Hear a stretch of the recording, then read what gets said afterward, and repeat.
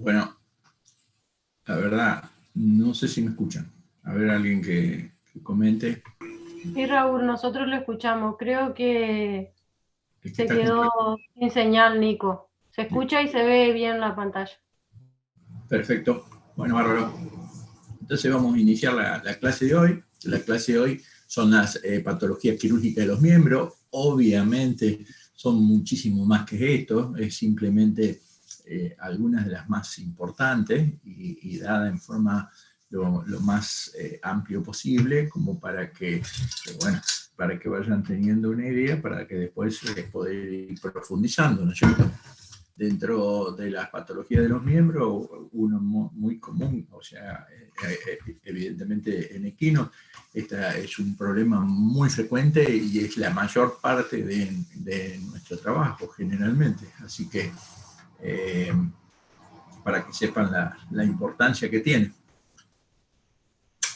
Dentro de la patología de los miembros, la primera enfermedad que vamos a hablar es de infosura.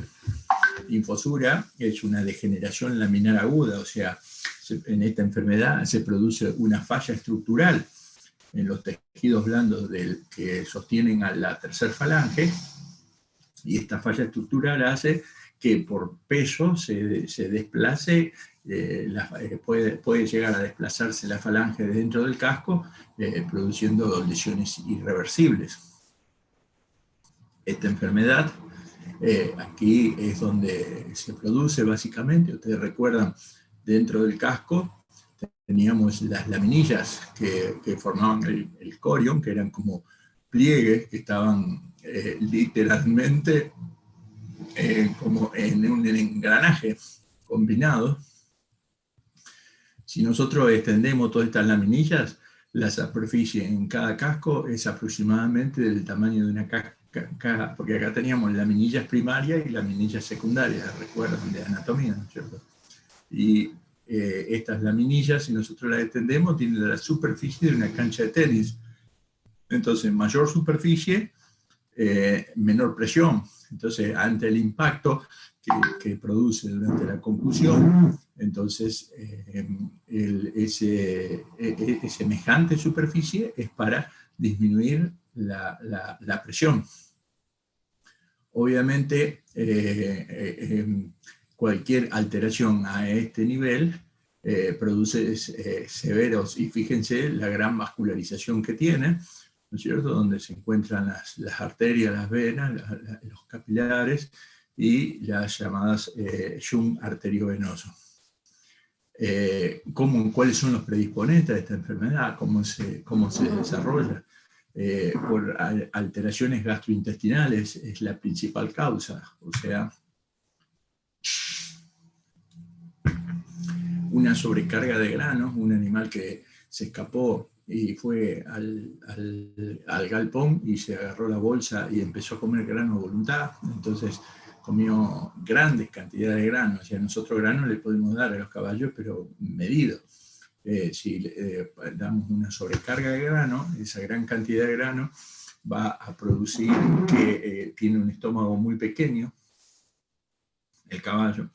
Entonces, cuando esos granos pasan el estómago, pasan el intestino y llegan al intestino grueso cuando ingiere demasiado grano en forma de golpe, incluso sin estar preparado, para llamarlo de alguna forma, porque el animal es como que se va acostumbrando a comer grano. Entonces, ¿qué pasa? Cuando el animal no está acostumbrado o recibe muy grandes cantidades de grano en forma instantánea, que lo come muy rápidamente, entonces esos granos pasan desde el estómago al intestino delgado. Ahí en el intestino delgado tendrían que digerirse el total de ese almidón, o sea, por las enzimas pancreáticas. El almidón tendría que desdoblarse a glucosa y ser absorbido en el duodeno. ¿Qué pasa? Por la gran cantidad que hay, pasa gran parte del almidón al intestino grueso. En el intestino grueso se encuentra la mayor parte de la flora celulolítica, que es la que se va a encargar de digerir la celulosa, que funciona a un pH alcalino. Al llegar grandes cantidades de almidón, produce una fermentación anormal, se modifica sustancialmente el pH, se acidifica y mueren gran cantidad de estas bacterias, que estas bacterias van a liberar grandes cantidades, incluso todo el cuadro. Produce erosión intestinal, de células intestinales y de bacterias, que son absorbidas y pasan al torrente circulatorio, generando un proceso de intoxicación, de toxemia. Esa es básicamente la alteración por el tracto gastrointestinal. La misma cantidad de muertes bacterianas puede haber en una placentitis o en una retención de placenta o en una metritis. O sea, cuando en el interior del útero la placenta no fue eliminada y comienza el proceso de putrefacción, hay gran cantidad de células que mueren y gran cantidad de elementos que van a ser absorbidas por la pared del útero y pasan a sangre. Y se hace también después una pleuroneumonía, ya también desde el origen, desde el pulmón, desde la pleura del pulmón, produce grande cantidad de células muertas y da gran cantidad de sustancias tóxicas para el individuo. Cualquier endotoxemia o sepsis importante que haya, todos estos cuadros terminan en una endotoxemia. Entonces, después tenemos como posibilidad el apoyo prolongado por los miembros. Es otro de las causas en el cual puede llegar a darse la infosura. O sea, cuando se produce una lesión muy importante en uno de los miembros, hay que advertirle que probablemente esa lesión, depende de la causa, puede salir exitosa. Hay que advertirle que puede generar una infosura en la mano sana por apoyo, que es una causa muy frecuente, especialmente porque una fractura de cúbito, que son lesiones que por ahí se solucionan, pero quedan secuelas en el miembro sano, o un corte muy grande en uno de los miembros. Entonces después quedan secuelas en el miembro sano. Después, cuando hay desequilibrio, enfermedades por excesiva corticoides, como en el caso del Cushing, o por medicación excesiva. Yo tuve casos con triamcinolona, animales medicados con altos niveles, grandes cantidades de triamcinolona, se produce que desarrollaron infosura. Después el síndrome metabólico esquino también es un caso bastante, no es tan frecuente en nuestra zona, es más bien de animales terriblemente obesos, en el cual no se produce hay una alteración en el metabolismo de la glucosa, que se eleva marcadamente la glucemia, y eso también sería una causa de infosura recidivante. Con respecto a la patogénesis del problema, las sustancias producidas por la pared de las células de las gram negativas, las sustancias producidas por las células gram positivas también por la pared, las sustancias producidas por la ARN viral, las sustancias producidas por hongos, y a su vez también hay sustancias, proteínas que se encuentran en la estructura de la mitocondria, que al morir la célula del hospedador serían los responsables de producir lo que se denomina una activación, o sea, desatarían esta endotoxemia, o sea, que producen una activación de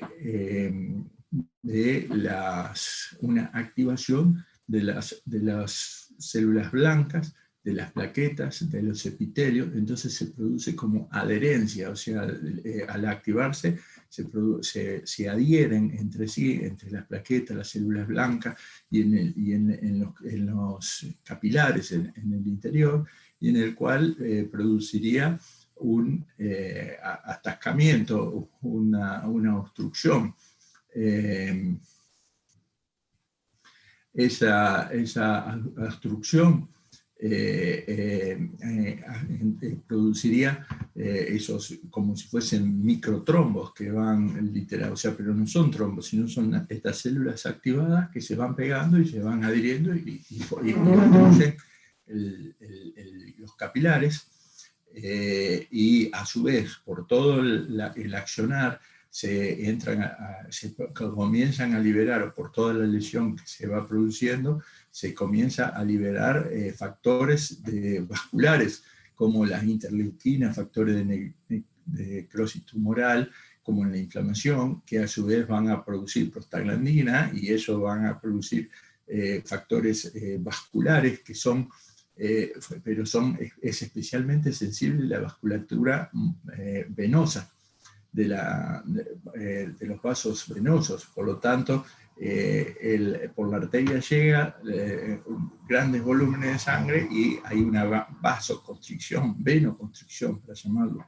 precisamente, aparte de estar obstruido por los trombos, lo que va agravando la presión dentro del casco. Dentro de estos capilares se aumenta marcadamente la presión, porque al tener la parte venosa contraída y tener estos microtrombos que están obstruyendo la luz, aumenta marcadamente la presión. Entonces eso genera intensísimo dolor, comienza a filtrar líquido por el espacio perivascular en la dermis, y se va acumulando el líquido, lo cual aumenta aún más la resistencia vascular, porque cada vez tiene más problemas para circular la sangre. Entonces, la sangre, al no poder circular, produce intensa isquemia y está obligado a pasar por los llamados shunt arteriovenosos, o sea, no llega a los capilares, sino antes de llegar a los capilares. Existen, aquí vemos, esto es la capilarización, estos son los vasos sanguíneos, las venas, la arteria, y están los shunt que están cerrados. Entonces produce la isquemia y se abren los shunt y la sangre circula sin necesidad de pasar por los capilares. Entonces, la primera causa son los microtrombos, generada por la activación de las células blancas, de las plaquetas y del endotelio vascular. Después, el aumento de presión por la venoconstricción, generada por las interleuquinas y todos los factores de activación vascular. Y el tercer caso es el tercer elemento que va a contribuir al aumento de presión exagerado, es el edema, que eso obliga a que la sangre pase por los shunt arteriovenosos. Entonces, estos shunt arteriovenosos hace que aumente marcadamente el pulso a nivel de la arteria digital. Entonces, con todo este cuadro de isquemia hace que se produzca, todo este cuadro de isquemia hace que se produzca una activación de las metaloproteínas que se encuentran, y estas metaloproteínas van a actuar en la unión entre la dermis y epidermis, o sea, a nivel de la membrana basal, entre donde se combina la epidermis con la dermis, es la membrana basal, y ahí esa membrana basal, por la acción de estas metaloproteasas, se disuelve, se altera marcadamente y se destruye, produciendo la separación de la dermis de la epidermis, y ahí es donde pierde sostén la tercer falange con respecto a la porción córnea del casco. Entonces,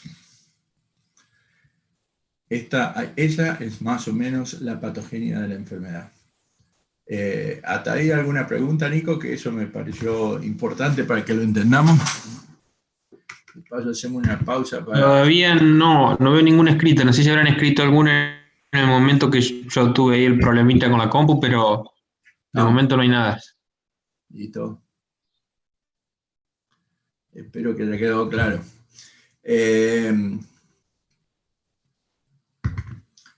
signos que va a tener esta enfermedad los podemos dividir en tres periodos, tres fases. La fase de desarrollo, la fase aguda y la fase crónica, ¿no es cierto? La fase de desarrollo es la primera parte de la enfermedad, es cuando el animal, por ejemplo, ingirió el grano, pero todavía no hay síntomas, pero ya está dentro del tubo digestivo, ya se está produciendo, se está empezando a desarrollar la enfermedad. Cuando aparece la sintomatología clínica, que empieza a haber dolor en los cascos, y entonces ahí ya inicia la fase aguda, o sea, se inicia con el pulso y con la enfermedad que es la aguda, es de grado variable.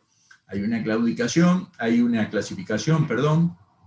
que se llama la clasificación de Ober, que tiene 60 años y aún sigue en vigencia, por lo tanto la considero muy útil, en el cual la clasifica en 4 estados, o sea, no es que todos los caballos van a pasar por estos 4 estados, puede ser que haya caballos que tuvieron infosura, que estuvieron en grado 1 y después revertieron y fue infosura y quedaron perfectamente normales, o sea, no necesariamente una infosura va a terminar con una rotación de la falange. Y lo que es mucho menos cierto, que si no hay rotación de falange no hay infosura. O sea, la infosura es el desarrollo de esa enfermedad en el cual se produce una alteración, pero no necesariamente tiene que girar la posición de la falange. Entonces, cuando aparecen los síntomas, terminó la fase de desarrollo y aparece la fase aguda.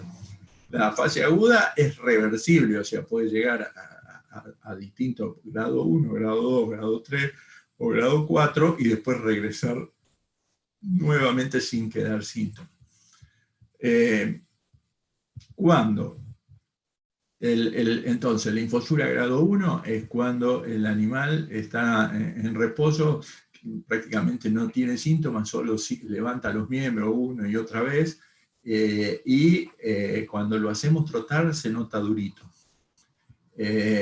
Obviamente va a haber pulso también, en pulso digital. Cuando el grado 2 ya el animal se encuentra duro, o sea, realiza los pasos más cortos con ambos miembros, cuando el animal camina. Pero si nosotros queremos levantarle los miembros, lo podemos levantar, él no se resiste a que levantemos uno de los miembros o el otro, él no se resiste.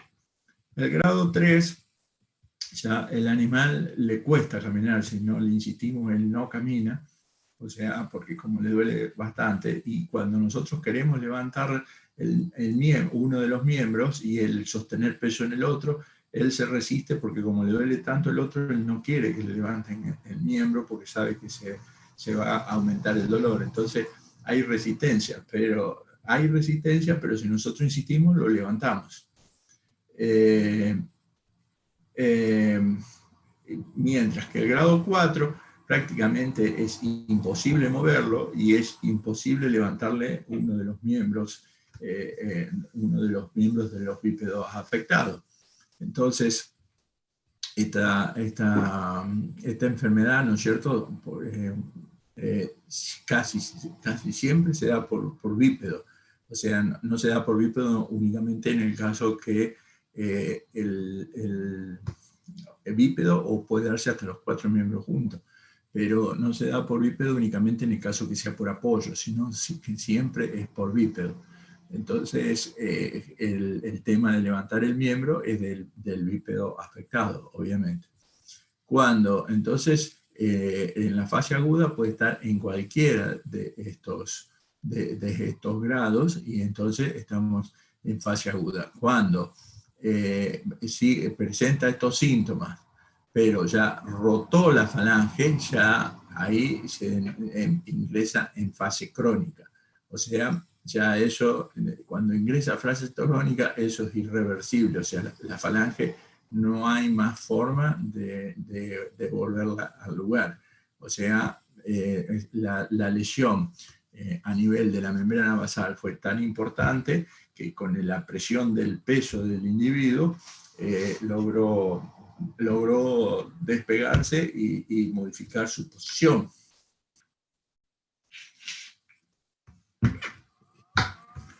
Entonces, cuando el animal presenta infosura, presenta una sintomatología bastante característica, toma una actitud postural bastante típica, en el cual él trata de desplazar el centro de gravedad hacia atrás. Aquí la infosura está en el miembro anterior, entonces él lleva los miembros posteriores hacia adelante, está arremetido y queda plantado hacia adelante para desplazar todo el peso hacia atrás, hacia los miembros posteriores y alivianar los miembros anteriores. Al despegarse la unión en la membrana basal, entonces la tercer falange pierde la relación con la muralla y se despega, y por tracción del profundo, que es mucho más fuerte que el extensor digital común, produce la rotación del mismo. Entonces a esta rotación es la que hacía referencia. Aquí tenemos actitudes posturales, todo ve, siempre tratando de desplazar el centro de gravedad hacia atrás. Entonces está remetido desde las patas y plantado desde las manos, plantado en las manos y arremetido de las patas. Cuando nosotros vemos esta actitud postural, es bastante patognomónica de la enfermedad. Aquí tenemos un caso en el que está arremetido de las patas y de las manos, perdón.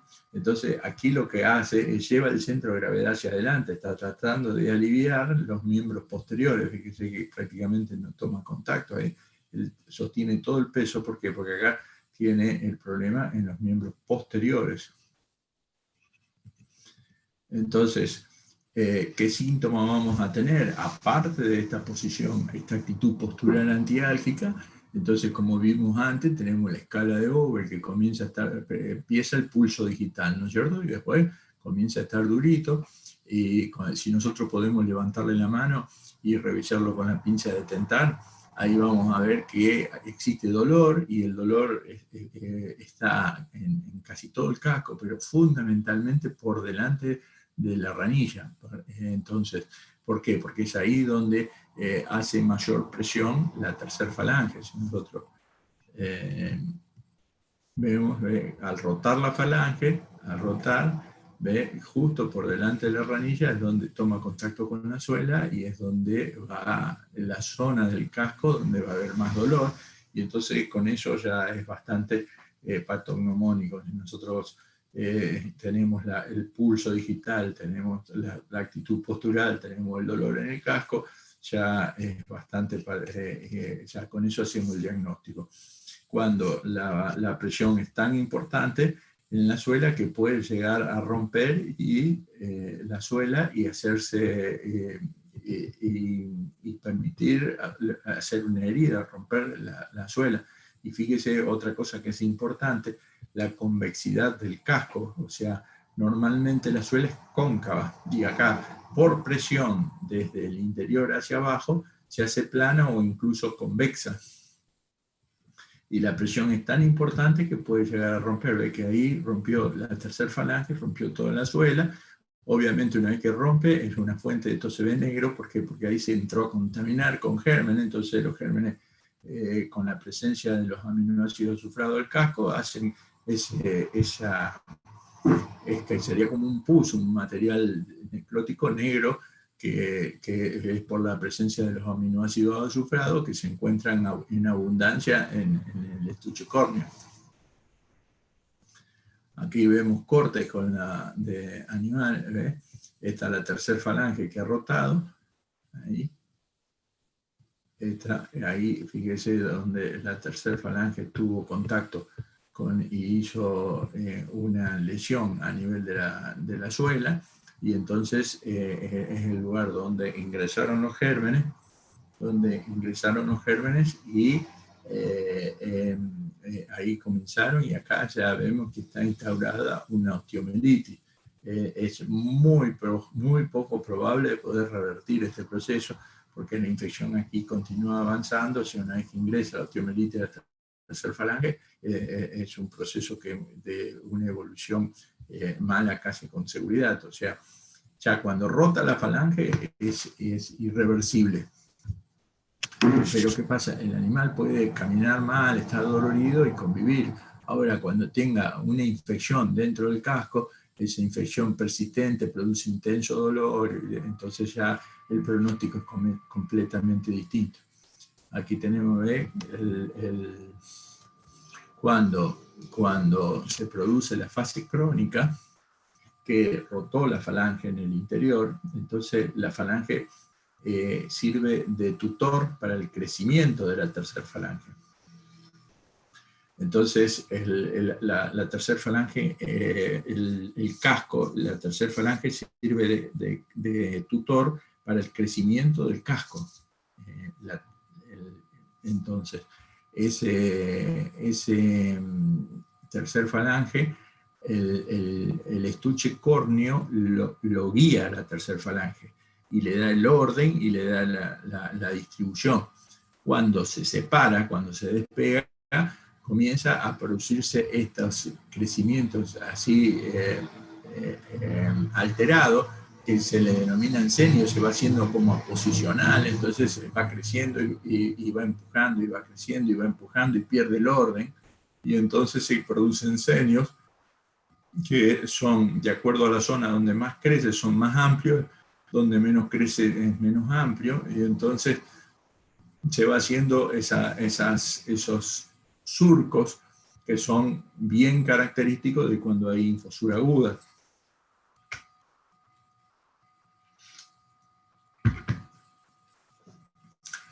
Bien característico de cuando hay infosura aguda. Con respecto al... infosura crónica, bien característico cuando hay infosura crónica. Y a medida que está más cerca de la muralla, son más juntos. Cuando están más lejos de la muralla, como hay más crecimiento, están más separados. Y tienen esos senios que discurren por toda la muralla. Y que cuando vimos esos senios es porque realmente rotó la falange. Con respecto a la rotación de la falange, nosotros tenemos distintas formas. ¿Ves? Aquí se encuentra la tercera falange. ¿Ves? Aquí tenemos la muralla. Entonces aquí nos damos cuenta que hay un cierto grado. Esto se mide, ¿cierto? Ahora con la computadora se hace todo esto, entonces te da exactamente con grado exacto pero nosotros en la antigüedad medíamos, ya le vamos a mostrar cómo medíamos. Bueno, existe, puede ser que la falange rote o puede ser que la falange se descienda. O sea, en este caso acá, ve aquí como marca ahí el dedo tendría que estar inmediatamente en la apófisis extensora de la tercera falange. Como se descendió todo el vaso, entonces no se encuentra una depresión a ese nivel. Entonces puede ser que el casco rote, o puede ser que como se alteró tanto la unión que descendió entero el casco hacia abajo. Entonces, para eso es importante esta medida B que tenemos acá, que nos da una idea del tamaño, y esa medida B se hace en relación al largo de la tercera falange, porque nosotros acá, alguna literatura te habla que es entre 15 milímetros, entre 15 y 20 milímetros, de acuerdo al tamaño del caballo. Pero ¿qué pasa? De acuerdo a cómo está sacada la radiografía, si está más cerca o está más lejos, hay una magnificencia que hace la radiografía. Entonces hay que relacionarla con el tamaño de la tercera falange. Entonces, si nosotros hacemos el índice de B sobre C, entonces nos va a dar el porcentaje, y si ese porcentaje es en menos de 28%, no ha descendido.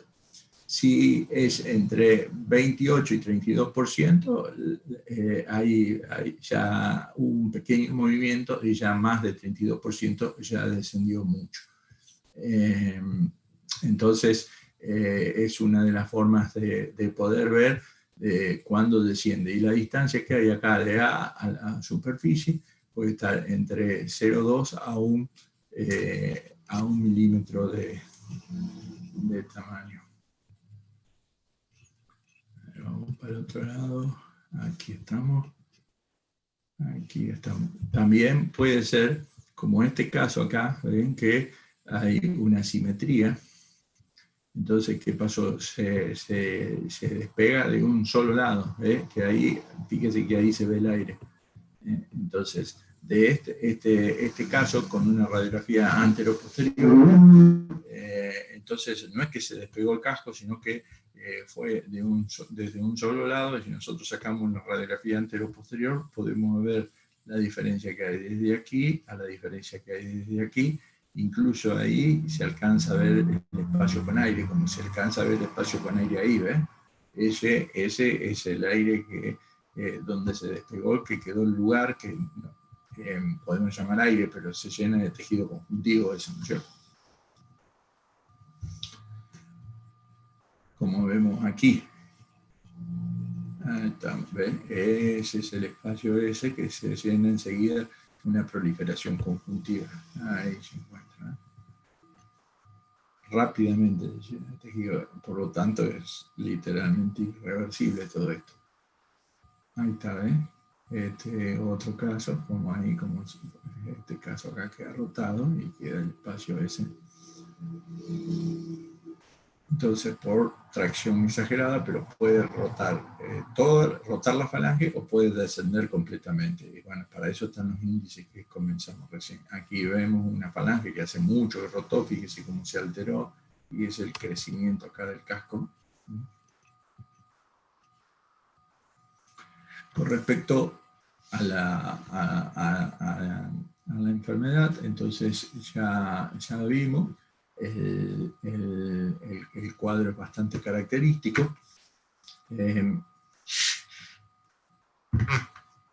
Y la forma de prevenir, o sea, cuando el animal ingiere el grano, lo mejor que podemos hacer es colocar aceite mineral, o sea, vaselina en el interior. Se colocan unos 3-4 litros de vaselina.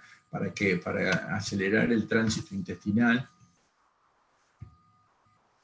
Para acelerar el tránsito intestinal y para se absorbe gran parte de todas esas toxinas, se mezclan con el aceite y no dejan que se absorban en el tubo digestivo.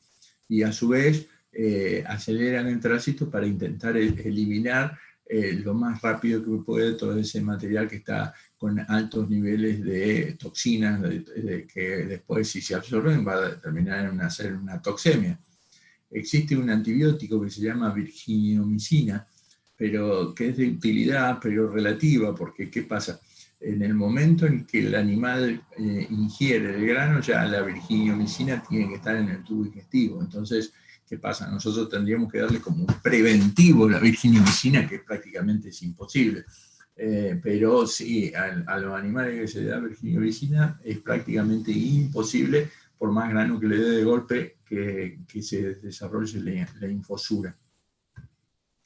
Entonces, después, la aplicación de vasodilatadores, heparina para evitar que se hagan los trombitos, y ácido acetilsalicílico para la segregación plaquetaria. Tendría sentido colocar una cama de arena y hielo para disminuir la llegada de todas esas sustancias hacia el casco. Puede estar indicado. Puede estar indicado como prevención. Una vez que tenemos la enfermedad que ya se desarrolló, o sea, todo eso estaría indicado en la fase de desarrollo, por llamarlo de alguna forma.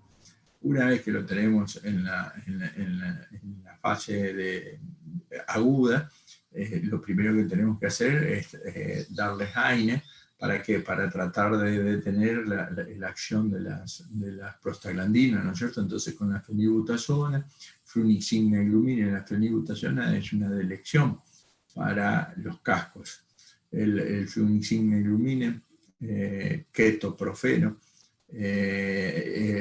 Firecovix, que es un AINE específico, COP2, o sea, que no tiene mucho menos efectos colaterales y es que lo vamos a usar mucho tiempo. Entonces, para uso muy prolongado, todos los demás AINES tienen efectos, como ya comentamos cuando hablamos en la parte de enfermedad articular, tienen efectos renales, efectos en el tubo digestivo, especialmente en el estómago y en el colon dorsal, que producen úlceras.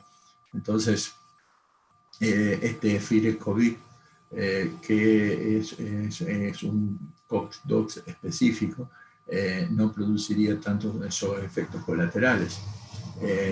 Colocar de MCO, también eso se puede colocar por sonda o si no diluido al 10% en solución fisiológica para colocar en vena. El tratamiento, entonces, que también tendría un efecto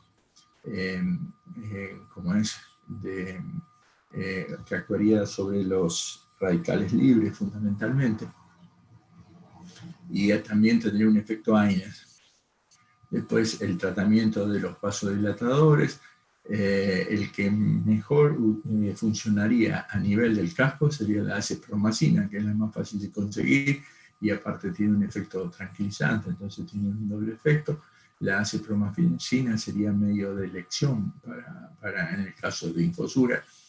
También se puede colocar isosuprimen en la dosis de 1.2 miligramos por kilo. Nitroglicerina, que se coloca también en forma de ungüento en la superficie. Y de esa forma...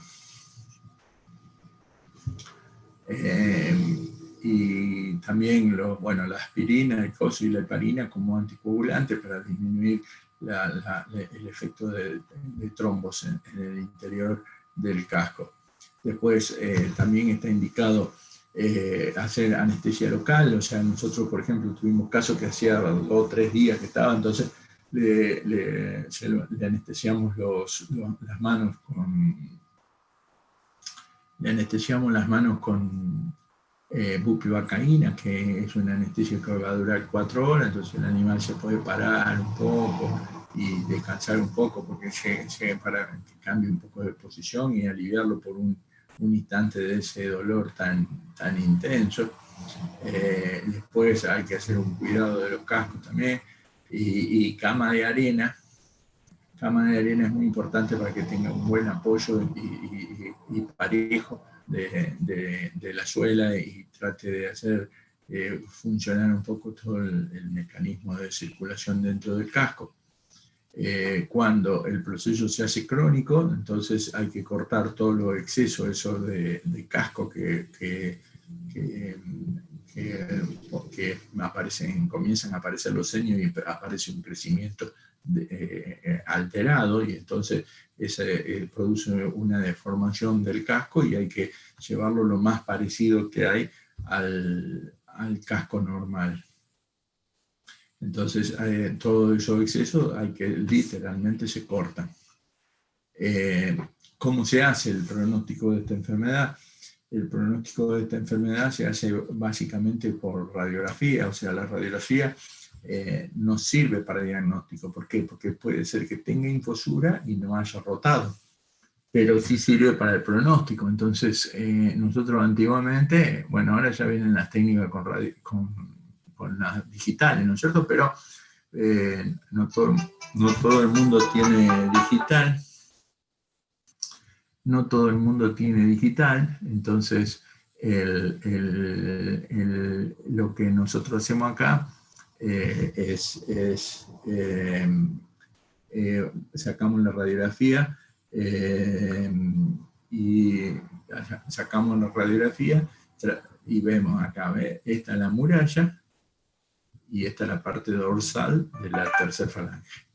Entonces nosotros elegíamos cada uno de los dos lugares, se ponía el ángulo en 90 grados y se prolongaba hacia el otro y se medía qué ángulo había acá y qué ángulo hay acá. Entonces esta es una forma práctica de entender cómo se produce la rotación. Fíjese, acá con este está perpendicular. Entonces elegíamos uno de los dos, le trazábamos una línea perpendicular. Y cuando se arrimaba cuando cortaba la otra, entonces en este es 90 grados y en esto es 110. Entonces la diferencia son 10 grados, es la rotación que ha tenido la falange acá.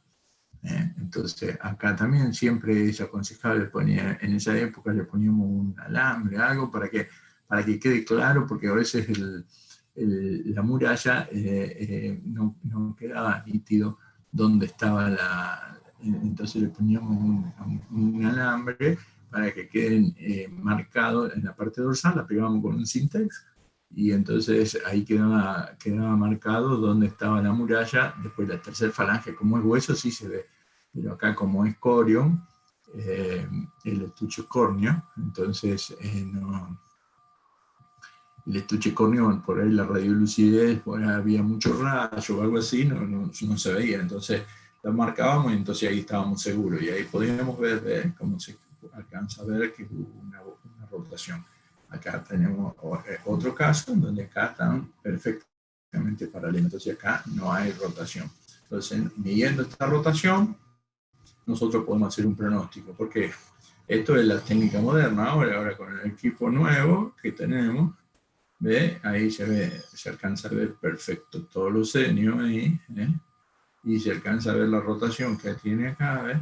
Que es 22 grados con 65. O sea, nosotros cuando marcábamos que teníamos ya a veces si eran 7, 8 grados, 10 grados, bueno, acá te da grado y segundo, pero está hecho esto lo hace la máquina, entonces con las digitales ya se va precisando bastante más, incluso no necesita poner nada adelante porque con precisión se ve dónde termina el casco. Y entonces ahí trazar la línea en la parte dorsal de la falange y en la parte dorsal de la muralla, y en la máquina solo te tira exactamente grado, no solo grado, te tira segundo también. Bueno, con respecto al pronóstico, entonces si la rotación fue inferior a 5 grados, el pronóstico generalmente es bueno, o sea que apenita movió, porque ahí se fija nuevamente y es muy probable que no tenga problemas en la vida, ni en la vida competitiva. Ahora, entre 5 y 9 ya es reservado, entre 5 y 11 y más de 12 grados ya es grave. Entonces, es para nosotros tener una idea cuando se produce. Sí, obviamente, si no rotó la lesión, la falange, es muy probable que recupere completamente la vida competitiva, aunque el animal haya padecido de infosura. Muy bien. Vamos a síndrome de navicular. ¿Alguna pregunta, Nico?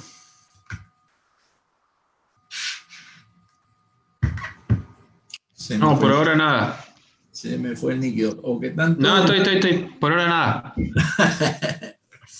No, estamos de acuerdo. Bueno, síndrome navicular es otra de las patologías muy frecuentes del miembro anterior. O sea, se describe que un tercio de los claudicaciones del miembro anterior de los animales entre 4 y 15 años se deben a síndrome navicular. Es un síndrome porque para que nosotros sea una enfermedad necesitamos saber la causa y el tratamiento. Y entonces acá no hay ni causa, son un conjunto de síntomas que son parecidos y entonces se están estudiando. Tales que este síndrome navicular tiene distintas etiologías, pero no es tan claro. O sea, primero se hablaba de una trombosis que obstruían a nivel del navicular, por eso dolía. Después se habló de que era un problema de hipertensión vascular, en el cual producía un aumento de presión que modificaba al hueso navicular, y esa hipertensión producía una modificación del hueso.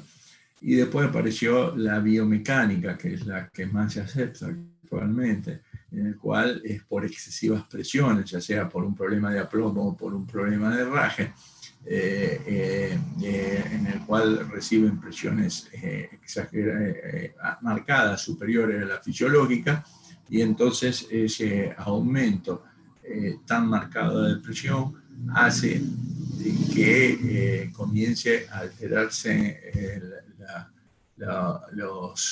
se comienza a dar la lesión.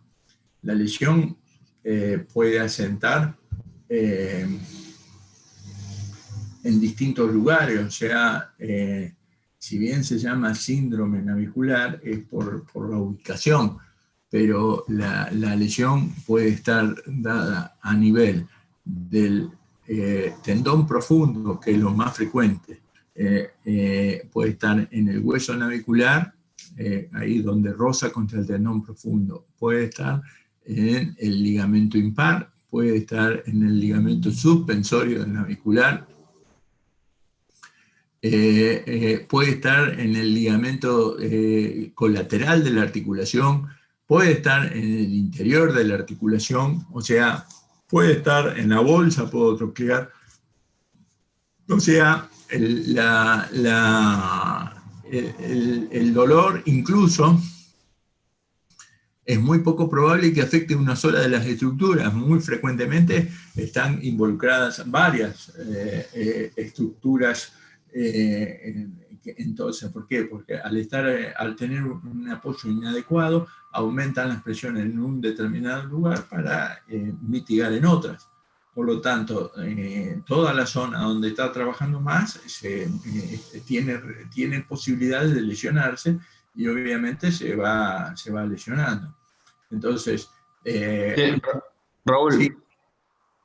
No, como para aclarar que tanto así lo que vos decís, que ya en los últimos años ya las publicaciones y eso hablan de dolor palmar podal, ¿no? Ya están queriendo cambiarle el nombre despacito, dijo. Sí, ya el dolor palmar, bueno, es la nueva denominación, que como nosotros lo tenemos distinto, yo no lo di por el tema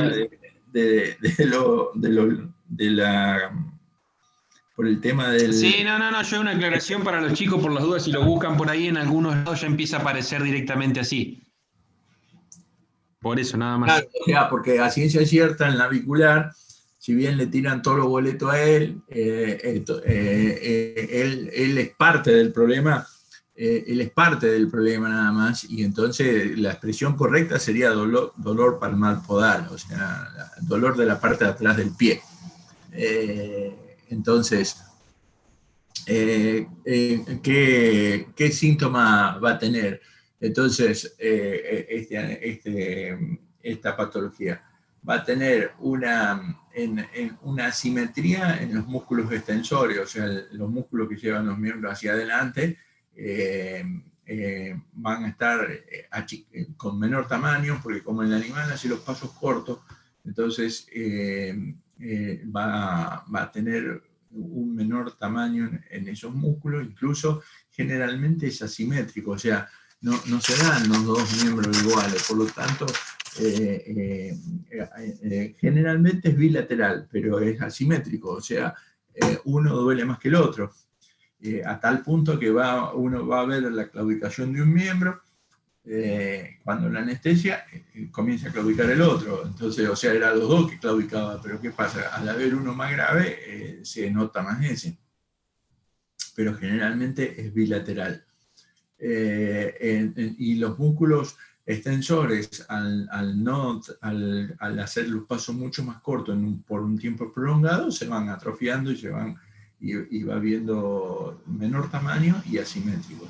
Después, la claudicación es de primero a segundo grado, o sea, una claudicación que se ve poco caminando, por ahí al trote se ve un poquito mejor, por ahí se nota cuando realiza alguna curvatura hacia uno de los lados, o sea, no siempre es una claudicación clara. Lo que es muy importante es que apoya las lumbres primero, o sea, normalmente el animal apoya el casco entero o hay un apoyo sincrónico de los talones, después apoya el resto del casco. En los caballos con linfosura, el primer contacto, como le duele la parte palmar del casco, entonces lo primero que apoya son las pinzas y después apoya los talones. Cuando tira los kilos, recién apoya los talones. Él camina, este dolor crónico a nivel de los cascos hace que camine varado, se llama, o sea, camina durito, con el cuello rígido, o sea, todo el cinturón escapular se encuentra contracturado, se encuentra por tener actividad física con dolor distal, produce un dolor reflejo porque a él le está doliendo abajo, entonces realiza pasos cortos y se va contracturando todo el cinturón escapular, tal es que es muy frecuente que los cuidadores insisten que el dolor es del hombro y a nivel del encuentro se encuentra el problema precisamente. Y es muy difícil poderlo dividir, porque ¿qué pasa? Sería fácil anestesiarles los digitales y entonces disminuimos el dolor a nivel digital, pero ¿qué pasa? Toda la mialgia dorsal que se produce como secuela o como consecuencia del dolor distal perdura. Nosotros anestesiamos los cascos no duelen más, los palpamos y no duelen más. ¿Y qué pasa? Cuando lo hacemos caminar, el animal continúa duro. ¿Pero por qué? Porque toda la mialgia dorsal sigue presente. Entonces, cuando nosotros mejoramos con una anestesia un 60%, en estos casos ya se considera que es efectiva, que es positiva. ¿Por qué? Porque nosotros podemos sacarle el dolor de la parte distal, pero la mialgia dorsal del cinturón escapular va a persistir y la contractura de los músculos. Entonces, cuando está muy contracturado en la parte dorsal, persiste. Entonces, no es fácil convencerlo al entrenador de que el problema se encuentra, ¿no? Es común también en los caballos de salto este problema, y entonces también ellos opinan, no, está en el encuentro, me parece que le duele en el encuentro, que está arriba, y bueno, quieren encontrarles cosas en el encuentro. Con respecto, entonces, la forma de caminar con apoyo en lumbre es muy importante. Otro dato que es muy importante, el animal en el interior del box, él se para dentro del box y toma una actitud postural que es bastante típica, o sea, va acomodando cama, va apretando la cama y se pone en punta de pie, o sea, hace como una montañita con la cama y él se para ahí arriba para que quede el vaso con la pinza hacia abajo, y entonces de esa forma disminuye la presión en la parte del profundo y en la parte del aparato podotroqueal, vendría a ser, que es donde él tiene el problema. Entonces, esa forma de pararse en el interior del box, haciendo una montañita con la cama de viruta y parándose en pinza prácticamente en el interior de la cama, es muy, muy frecuente y es un dato que hay que tenerlo en cuenta y siempre hay que mirarlo, o si no, preguntarle al cuidador, porque ellos lo advierten también con mucha frecuencia. Mira cómo hace posito, va haciendo una montaña y para ahí para disminuir las tensiones del profundo mientras él está en descanso, y entonces eso es como que le alivia las presiones y le alivia el dolor. Bueno, obviamente si le hacemos la prueba de la cuña, que ya se la describió Nico en el práctico, o sea, consiste en colocar una cuña en la parte anterior del casco, entonces de esa forma se eleva en pinza y aumenta la presión a nivel del profundo, el navicular y todo, entonces esa prueba da positiva, ¿no es cierto? Y después, cuando hacemos esa prueba, va a aumentar marcadamente la claudicación. Si nosotros palpamos a nivel de la pinza, a mitad de la llave, y cerca, que es en el lugar donde nosotros acá, apretando aquí, estamos apretando sobre la tercer falange, y entonces ahí está aumentando la presión marcadamente a nivel del aparato podotroquear, y entonces es ahí donde se encuentra el dolor. Pero también hay dolor generalmente en los ángulos, y es menos frecuente, bueno, y con el tiempo hay dolor por todos lados, en la pinza también, porque como él va caminando de pinza, también duelen las pinzas, pero lo que primero aparece, el dolor, es a nivel, en la mitad de la llave, más o menos, o en el extremo proximal de la llave de la ranilla, como se ve acá en estas dos. Y después, en los dos ángulos, eso es otro lugar que es mucho frecuente. Que no haya dolor en el casco a la pinza de tentar no quiere decir que no haya naviculitis. Hay animales que tienen naviculitis y no. ¿Por qué? Porque el dolor está adentro, está a nivel del tendón, no es dolor de casco precisamente. Aquí tenemos un animal en donde este es el tipo de casco típico que va a generar naviculitis, o sea, un animal que este es miembro anterior, y que si nosotros no le digo que es miembro anterior, como se ve ahí, parece literalmente una pata, porque es mucho más finita que ancha. O sea, normalmente la mano es redonda, como dijimos, en cambio acá es más vale lanceolada el casco. Entonces,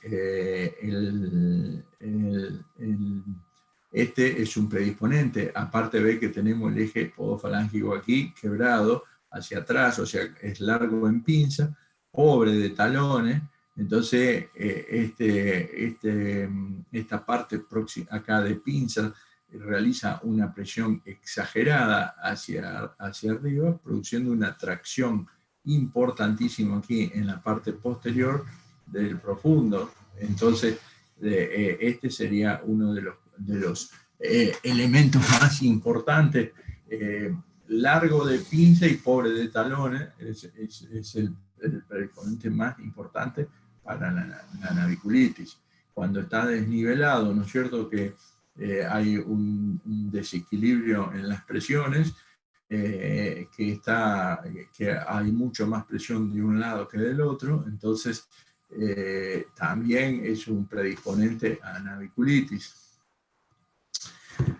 El diagnóstico de la naviculitis, bueno, con la anestesia de los nervios digitales, esto ya se lo explicó Nico, las distintas técnicas. Se lo explicó Nico en el práctico, ¿no es cierto? Acá tenemos la anestesia. Entonces es muy fácil anestesiar la parte palmar del casco, anestesiando los nervios digitales que pasan en la parte posterior de la cuartilla. El diagnóstico, bueno, con anestesia, ya dijimos que la anestesia no sea al 100%, porque por la mialgia del cinturón escapular que persiste, y entonces el animal no queda normal después de ser anestesiado, a pesar que la anestesia sea muy efectiva. Pero ¿por qué? Por consecuencia de este dolor distal hay mialgia glútea. Y al haber mialgia glútea, el animal sigue durito por la parte proximal. Obviamente la radiografía es otro elemento diagnóstico en donde podemos ver, pero la vedette a este nivel es la resonancia magnética. Obviamente es muy complejo, existe un solo equipo en el país que no sé si todavía lo están haciendo funcionar. En los lugares civilizados sí existe resonancia y han hecho estudios y han visto muchas cosas que han dado por cierto. O sea, entonces, la resonancia magnética es la técnica de diagnóstico preciso para este problema. Entonces, podemos ver, como aquí que se ve exactamente dónde se encuentra la lesión, en el tendón profundo, y eso, ahí tenemos el hueso navicular. Entonces, con la radiología también nos va a dar algunos datos. Aquí tenemos el hueso navicular. Para tomar esa placa hay que poner el animal en esta posición, y ahí vemos, y entonces acá vamos a ver si hay alguna alteración. Aquí, este es el hueso navicular normal. Aquí, en esa cara, es donde pasa el profundo. Entonces, aquí tenemos un hueso navicular con bastantes alteraciones. Este hueso navicular, acá tenemos otro, no sé si se alcanza a ver todas esas deformaciones que tiene el hueso, que está como alterado, como comido por una inflamación persistente. Acá vemos la corteza aumentada de tamaño. Eso es también un indicio de lesión. Esto para mí es prácticamente patognomónico. ¿Ve cómo está literalmente comida la cresta acá? Entonces esto indica que ahí se produjo una desmineralización, descalcificación y radiolucidez que se llevó. Este es un quiste dentro del navicular. Ahí tenemos el hueso, y ahí se ve radiológicamente cómo se ve. Bueno, esto no es un quiste dentro del hueso, no tiene nada que ver con una naviculitis. Aquí tenemos una osteitis a este nivel. Acá tenemos una lesión sobre el ligamento impar que está calcificado. Este tendría que ser ligamento, ya que se ve claramente porque tiene calcio. Entonces, obviamente, esto genera intenso. Está calcificado y bueno, hay una inflamación persistente que hizo que se calcificó y sin lugar a dudas eso no tiene la elasticidad, la resistencia y genera dolor. Acá tenemos, para que ustedes puedan ver, este es un miembro, cómo influye el aplomo. Fíjense que este lado está más caído, este lado está más caído que este. Entonces, fíjese cómo influye aquí en la luz, está la luz que hay entre la falange distal y falange media. Fíjese, ahí está la interlínea articular, de este lado es mucho más pequeña que de este otro lado. ¿Por qué? Porque acá hay menos presión que de acá. Acá, al estar más alto aquí, hay más presión de este lado, entonces ve cómo aumenta la compresión del lado. Entonces, ya en Estados Unidos usan la radiografía para tratar de nivelar el herraje. Entonces, una de las formas de nivelarlo es radiológicamente. Entonces, aquí achica, ¿por qué? Porque aumenta la presión. Ve que este lado es más alto que de acá está más bajo. Entonces, acá la luz es más grande, entonces la presión de este lado es mucho mayor que de este otro lado, y por lo tanto es donde cómo se va a iniciar el proceso. Acá tenemos otro donde se ve el eje podofalángico que está quebrado. Obviamente no necesitamos una placa para hacer esto, se puede hacer sin placa también, ¿no es cierto? Pero bueno, como ellos tienen, es como lo hacen los que están bien en el tema, la centran de esa forma. Entonces miran que acá tenemos mucho más espacio de interlínea articular que de este otro lado. ¿Por qué? Porque aquí es más alto que de acá. Entonces acá hay menos presión y acá hay más presión, entonces acá comprime y acá abre. Entonces cuando el animal está en actividad física es de esperar que a este nivel el estrés óseo y cartilaginoso y demás sea más importante y ahí se genere la lesión. Entonces es de esperar que la lesión no sea exclusiva del hueso navicular, sino va a ser del ligamento de ese lado, del tendón de ese lado, del cartílago, de la articulación. Entonces hay varias estructuras combinadas que por eso hablar de naviculitis es muy escueto, es poco preciso, para llamarlo de alguna forma. Acá tenemos la lesión del ligamento impar. Acá, tratamiento. Con respecto al tratamiento de esta enfermedad, lo primero que tenemos que hacer es reposo y errado correctores. El errado correcto, bueno, nosotros no trabajamos mucho sobre el tema y realmente es difícil que...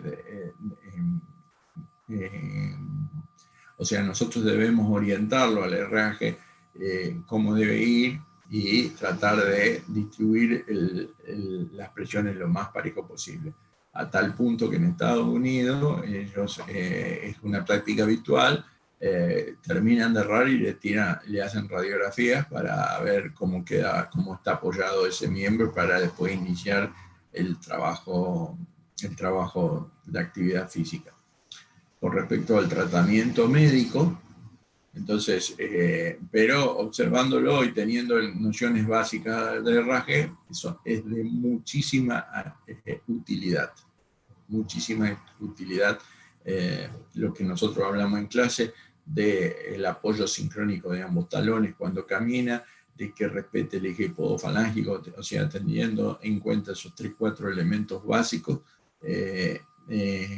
se logran efectos muy importantes en la corrección del herraje y después en el futuro evolución de la enfermedad. Obviamente hay casos en el que, por ejemplo, es un animal parado de nudo. Por más herraje que haga, si es parado de nudo, no tiene solución. El herraje correctivo va a ser para esos animales que son izquierdo o estevado, ahí sí se puede ayudar. Pero cuando son largos de pichico y parados de nudo, es poco las modificaciones de herraje que pueden llegar a ser importantes para el funcionamiento de esos animales. Con respecto al tratamiento médico, el tratamiento médico se hace con AINE, o sea, obviamente antiinflamatorio, pero obviamente la corrección viene a partir del herraje. Si él no distribuye equitativamente las presiones, se va a volver. Nosotros con el tratamiento médico, fíjate, son todos paliativos. Son AINES, corticoides en la bolsa articular, ácido hialurónico, vasodilatadores como isosuprina, biofosfanato como el tilundronato, que son sustancias que disminuyen la extracción del calcio del hueso, o sea, disminuye, pero, o sea, ninguno de estos tratamientos te lo va a dejar mejor que nuevo, vendría a ser. Y si, o sea, trata de desinflamarlo, trata de evitar que el calcio salga del hueso, tratan de mejorar la vascularización, pero de volverlo a lo normal. Pero si el predisponente, que es un apoyo incorrecto, perdura, el proceso va a recidivar. Por lo tanto, a partir de la corrección y la adecuada ubicación del herraje, igual que otro tema, ¿no es cierto? Está el caballo con naviculitis, lo erraron. A los 3 días te dice, che, está igual. Obviamente, porque que esté errado correcto en este momento no quiere decir que la inflamación del tendón se haya solucionado, que la lesión del hueso se haya solucionado. Entonces, estando con el tiempo, que le dé tiempo que los corticoides y los binding funcionen, entonces ahí sí va a ir mejorando. Entonces, todo el tratamiento médico tiende a desinflamarlos, un corticoide, ácido hialurónico para mejorar la calidad del líquido sinovial, dentro de la articulación o dentro de la bolsa puedo troquear, pero vasodilatador, isosuprina, bifosfonato, tilundronato, esto de acá, estos bifosfonatos, o sea, el tilundronato es un bifosfonato, como hay varios más, ¿no es cierto? Pero este es el más frecuente, el más famoso, vendría a ser, que comercialmente se llama Tildren, y el objetivo de esto es disminuir la extracción de calcio de ese hueso que está inflamado, que es, a mi criterio, muy discutible el efecto. Y después tenemos la terapéutica quirúrgica. Dentro de las terapéuticas quirúrgicas tenemos la neurectomía digital palmar. O sea, nosotros la vemos en casos muy graves, porque obviamente si vos tenés una lesión de tendón muy grave, una lesión de ligamento y a ese nivel, y bueno, y ya se ha puesto todo en su lugar y no funciona porque hay lesiones a nivel, entonces la idea es cortarle el nervio para que no lo sienta y listo. El problema de estas neuroectomías es que se produce neuroma, donde uno corta el nervio, se produce un neuroma de amputación, se llama. Y entonces hay una técnica en la cual bueno, para que no se produzca el neuroma de amputación hay 2 o 3 técnicas, pero hay un porcentaje en mayor o menor caso, pero más o menos por mi experiencia, lo que hemos visto, un 15, un 20% seguro hay neuroma. Y entonces la solución ¿por qué? ¿Qué pasa? Ahí donde se cortó el nervio se hace como un neuroma, que es como un tumorcito, y ese tumor duele muchísimo. Entonces, ¿qué pasa? El animal cuando hace actividad lo comprime y le duele y queda con la mano prácticamente en el aire por la compresión de ese neuroma, y entonces, entonces tampoco puede competir. Entonces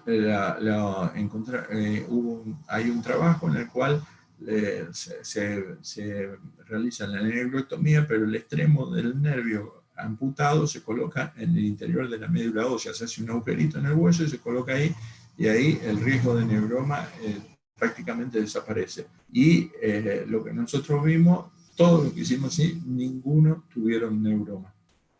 Pero obviamente la cirugía es mucho más compleja, más larga,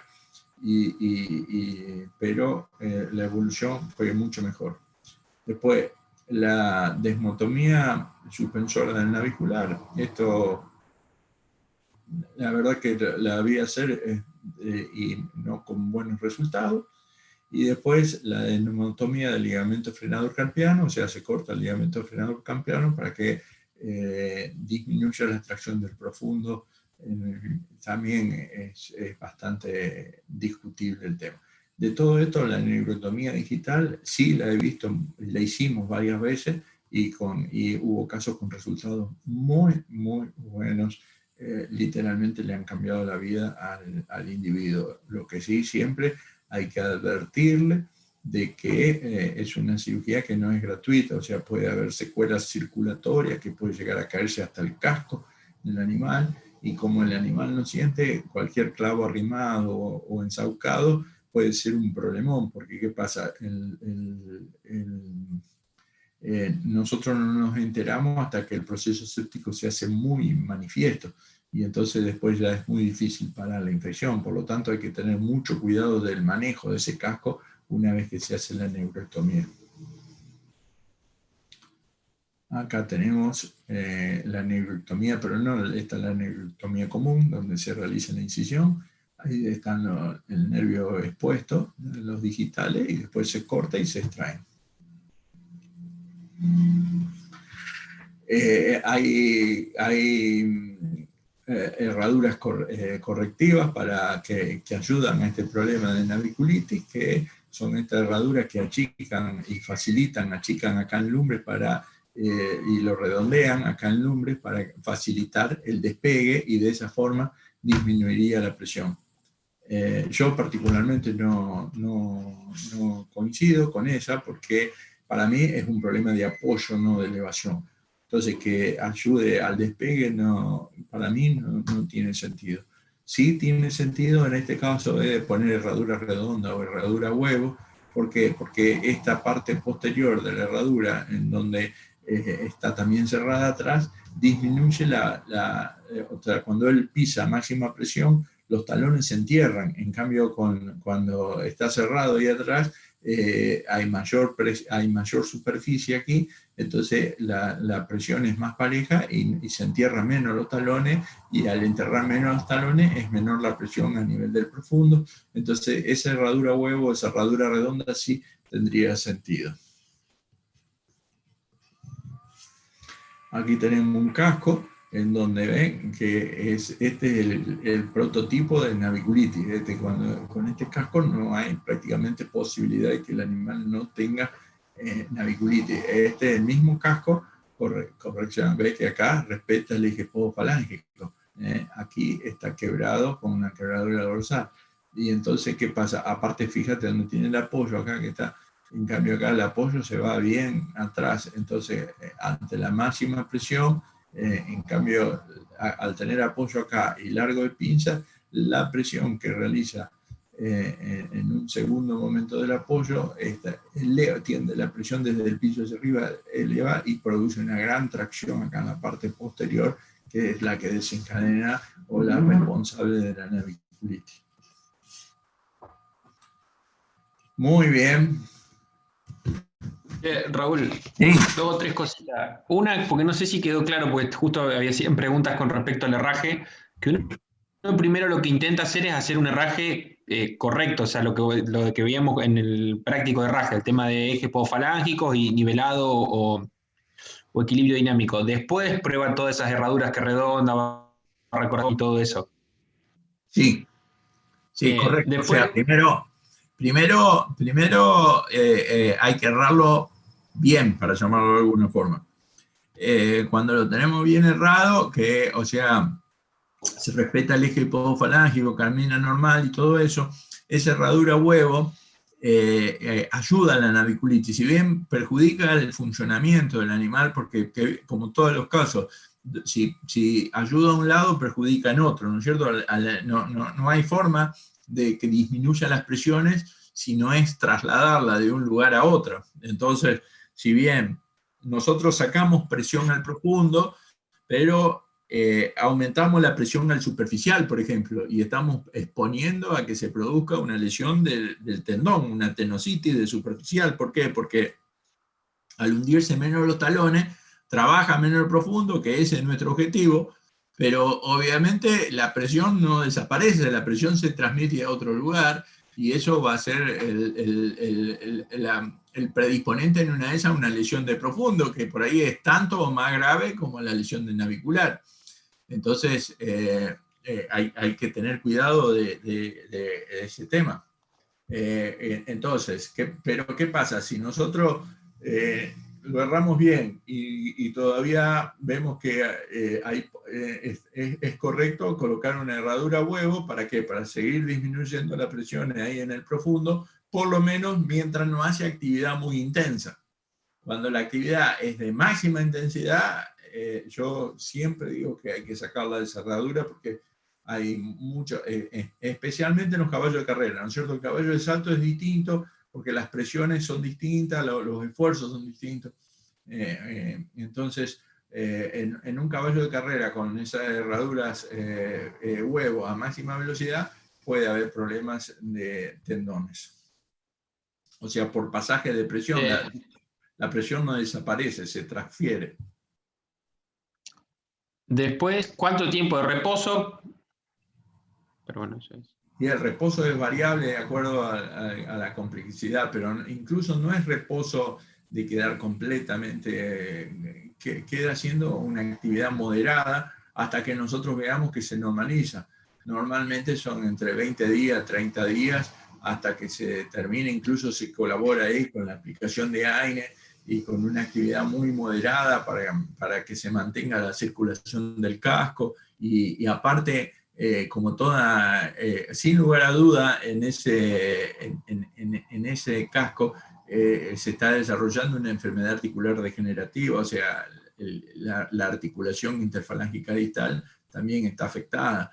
Entonces, el movimiento hace que disminuya las molestias. Si nosotros lo paramos 100% al animal, cuando inicia la actividad física, lo más probable es que esté más duro que cuando lo paramos nosotros.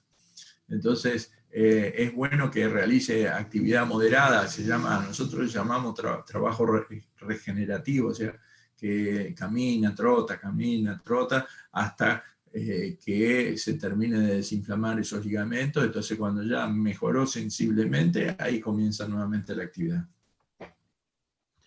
Y después, Raúl, si podés repetir lo de la teoría de la remodelación ósea. Ese sería lo último de esto. ¿La teoría? De la remodelación ósea, como etiología como patogenia, perdón, etiopatogenia del síndrome navicular. Es porque por hipertensión. Por hipertensión vascular, los vasos por hipertensión hacen presión en la pared, en el hueso, y el hueso se harían todos los honguitos y todas las desmineralizaciones. Pero, ¿qué pasa? No va de acuerdo tener hipertensión con isquemia, entonces o sea, la teoría esa también está bastante poco aceptada, vendría a ser. No, A tal punto que Sua Dyson, cuando vino a Argentina ya hace como 15 años, y ellos ya en esa época hacían resonancia magnética, pusieron el hueso navicular con todas las lesiones que generarían los vasos, y dijo, este navicular es normal.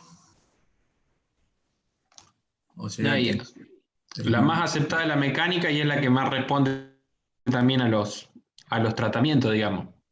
Claro.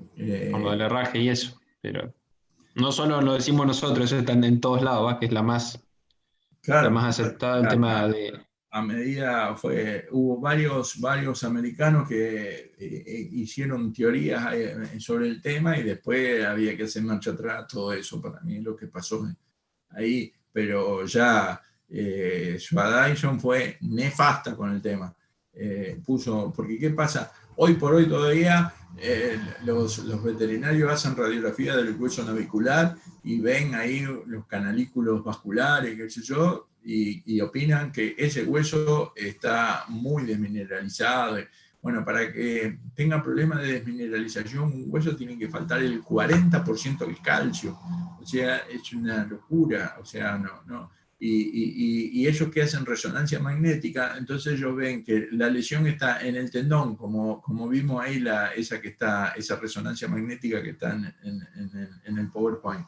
Puede estar en el tendón, puede estar en el ligamento impar, puede estar en el suspensorio, puede estar, entonces, y pocas veces está en el hueso. O sea, entonces, de ahí hasta que le quieren cambiar y nosotros acá se hace el diagnóstico de naviculitis con una radiografía del hueso, que con una radiografía de hueso lo único que vos ves son algunas lesiones de hueso. Entonces, sí hay lesiones que son contundentes. Por ejemplo, si nosotros tomamos aquí, ¿ve? Esta lesión de navicular, esa lesión ósea del navicular es patognomónica. Aquí tenemos otro navicular con lesioncita, esos serían los canalículos, pero el problema acá es esto, que es este quiste que tiene, pero no tiene nada que ver con la vascularización. Ahí tenemos, ve, en no sé si se alcanza a ver, pero ahí esos vendrían a ser los canales vasculares, pero eso es bien discutible qué grado. Igual ahí tendríamos una irregularidad marcada del hueso navicular. Entonces, pero acá tenemos la cara flexora, ¿ves? Esa es la cara por ahí donde pasa el profundo, ¿ves? Y esta estaría bastante correcta. A este caso le dicen que tiene un poquito gruesa la porción acá, porque está dividida, ¿no es cierto?, como si fuese la médula y la corteza. Y entonces, pero fíjense, la forma es correcta, entonces es bien discutible si eso puede ser la causa o no puede. Pero si uno se basa en la estadística, las lesiones en su mayoría, esto sí, ¿ve? Esto es bastante factor neumónico, ¿por qué? Porque, y esto se ve en una radiografía, pero porque se calcificó el ligamento en par. Si la lesión hubiese sido de inflamación, nosotros pasa inadvertida, la tenemos que ver por resonancia, y el dolor hubiese estado igual. ¿Me explico? Obviamente, toda esta inflamación a este nivel hace que haya una enfermedad articular degenerativa casi segura aquí también. Entonces, ¿por qué? Porque esto inflama, altera el líquido sinovial acá, entonces se va haciendo una conjunción de enfermedades en el pie. Bien. ¿Algo más, Nico? No, por ahora no, nada más. Bien, sigamos con deformaciones angulares de los miembros. Las deformaciones angulares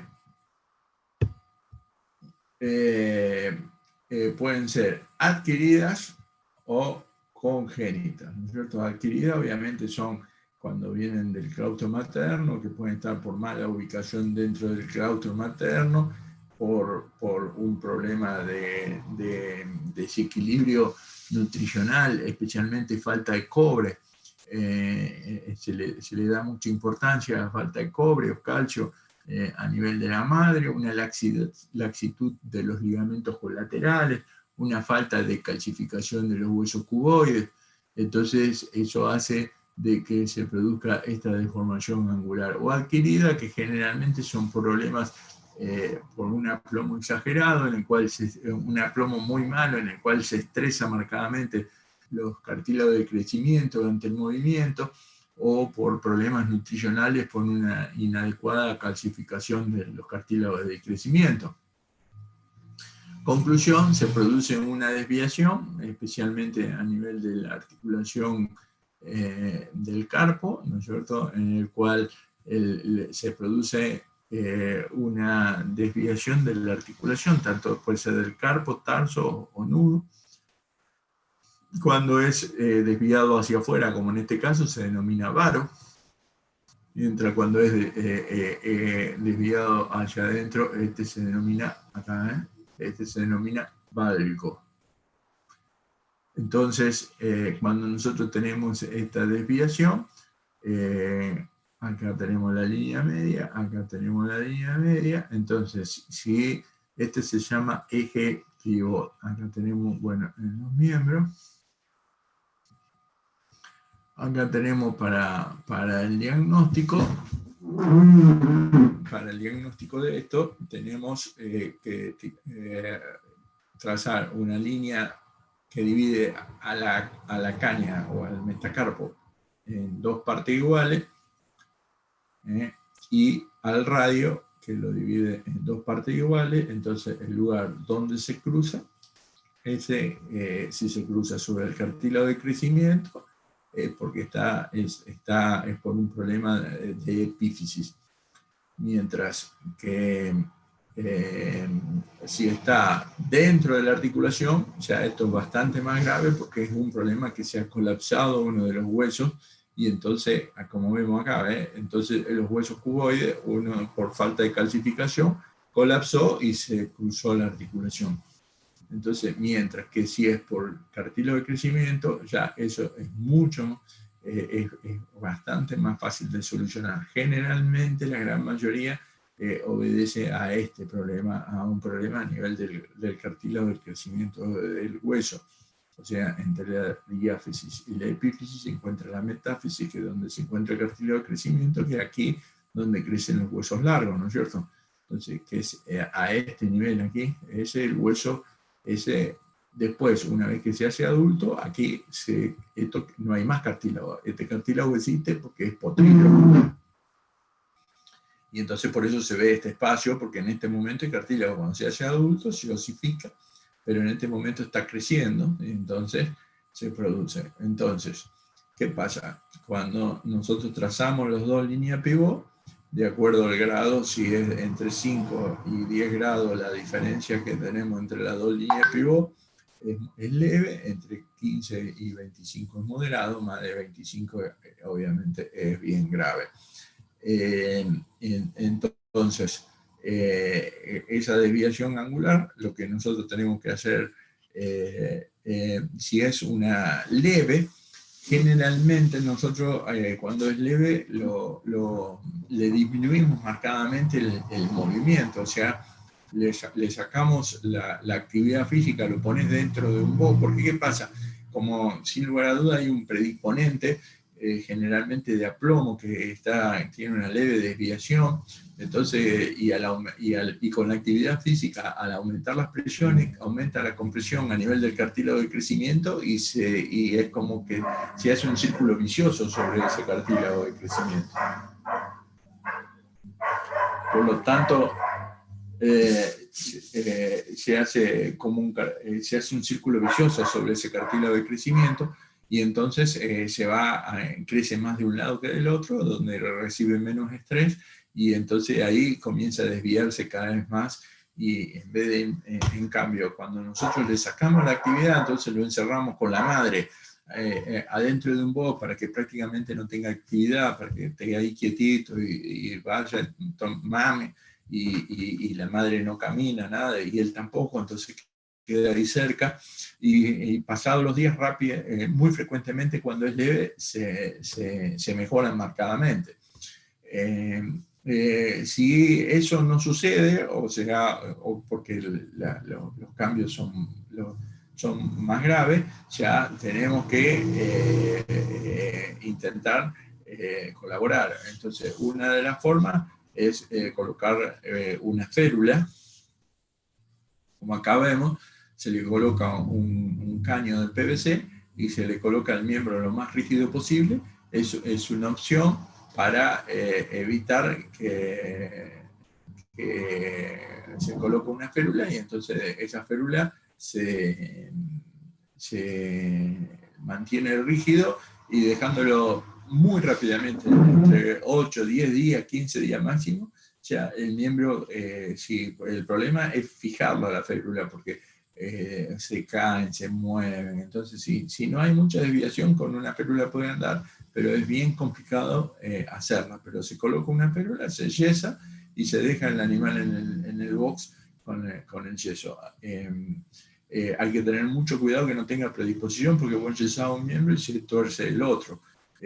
Y si enyesás las dos manos, por eso se tuerce una pata, porque ¿qué pasa? Como él está con predisposición, entonces, pero hay que ir controlando todo eso. Después, la otra opción es colocarle, como en este caso acá, un puente, un cerclar, donde se colocan dos tornillos, se unen para evitar que crezca de este lado, que es el lado que más crece, y entonces de esa forma disminuir el crecimiento y intentar que busque de solucionarse el problema. Otra opción se llama la elevación del periósteo. O sea, del lado que menos crece se le realiza un corte en T, o sea, se abre piel, se va hasta el hueso, y a nivel de la metáfisis, donde está el cartílago de crecimiento, se hace un corte horizontal y un corte vertical, y se eleva el periósteo, se eleva, ¿ve? Ahí tenemos la T, ¿ve? Ahí, ese está sobre el cartílago de crecimiento, se separa. ¿Para qué? Porque de esa forma se cortó así y se separa, el periósteo actuaría como reteniendo o enlenteciendo el crecimiento. Entonces, del lado donde crece menos, se le hace elevación del periósteo. O sea, es bien discutible esta cirugía. Esta no, con esto se para el crecimiento y tiende a mejorar. Bueno, esto es lo que se hacía antes. El problema es que este alambre queda subcutáneo y justo abajo la herida, y los dos tornillos muy expuestos acá. Entonces, predispone a enfermedad, a que se abra algún punto y se contamine esto, porque está inmediatamente subcutáneo. Entonces, la opción es lo que se hace ahora, que se coloca un tornillo de esta forma. Entonces, al colocar el tornillo de esta forma, nosotros tenemos un inciso punción a este nivel, es fácil de cubrir, aparte de un inciso muy chiquito, es un inciso punción. Entonces se coloca, se hace con un taladro el agujero, se hace la roca y se coloca el tornillo, y entonces de esa forma tiende, acá tenemos este se hizo acá en la facultad, tenía 24 grados cuando llegó, que acá tenemos el miembro, y acá, después a medida que sigue creciendo, esto sigue mejorando. Y acá tenía 11 cuando se fue. Entonces, con este tornillo aquí, se le para el crecimiento de este lado, que es el lado convexo, que es el lado que más está creciendo, para que el crecimiento del otro lado, entonces se para de acá adentro, para que el crecimiento de este lado lo compense y tiende a alinearse. Entonces, esas son las opciones para las desviaciones angulares. Son técnicas que hay que llevarlas a cabo, son relativamente fáciles y tienen muy buen pronóstico. Muy buen pronóstico. Bueno, vamos a otra de las enfermedades, esta de miembro posterior. Es una de las más frecuentes del miembro posterior, que se llama Esparavan. El Esparavan es una osteoartrosis que afecta a la articulación intertarsiana distal y proximal y tarso-metatarsiana. Acá tenemos el tarso, acá tenemos la parte distal. Estas son las articulaciones, es intertarsiana proximal, intertarsiana distal y tarso-metatarsiana. Acá vemos toda la reacción periosteal que genera. Estos son osteofitos. Ahí hay osteofitos. Entesofitos, hay osteofitos. Entonces ahí tenemos esto, entesofitos, osteofitos, ahí tiende a desaparecer el cartílago articular. ¿Por qué? Porque ahí tenemos una osteólisis, hay separación, prácticamente desaparece el cartílago articular. ¿Por qué? Porque la enfermedad articular degenerativa va avanzando. Ahí fíjense que prácticamente desaparece la estructura hasta del hueso todo. Acá tenemos un osteofito.